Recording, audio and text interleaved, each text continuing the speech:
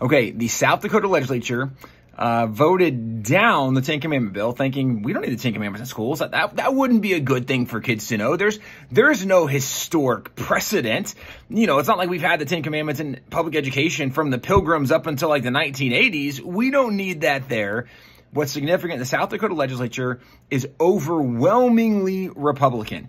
And one of the things I think we're going to see a lot this year is Republicans that are going to be forced to kind of choose what they're going to promote and what their agenda is going to be. And what I mean by that is, as we have cheered for President Trump and some of these executive orders, as we have cheered as DOJ has exposed some of the crazy spending that's been going on, it's only a matter of time before we will see people that have a Republican name badge that begin giving opposition. And I think when it comes to things like restoring some basic values in America, things that should not be controversial, when it comes to displaying the Ten Commandments as part of a history and tradition of our nation, it's a no-brainer. It's like displaying the Mayflower Compact or the Declaration of Independence, right? The things this was just part of what made us who we are. It should not be controversial. But with that being said, you have some individuals that would counter and argue and say, wait a second, separation of church and state, we can't do that.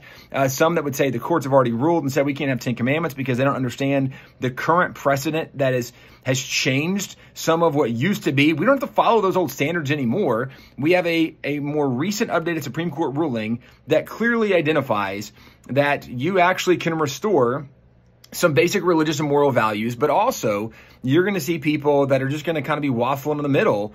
And so whether they're voting against stuff like this because they're ignorant or they're intentional is yet to be determined. But the bottom line is there's going to be a lot of states this year that are introducing some very positive measures, and it will be worth watching who is supporting things that are going to be better for our kids. When it comes to the reality that our kids need some kind of moral compass and guideline, and the best one that we could possibly argue, right, is the Ten Commandments. I mean, you could say Bible, Jesus, yes, check, agree with that. But the Ten Commandments, basic moral values outlined in the Ten Commandments.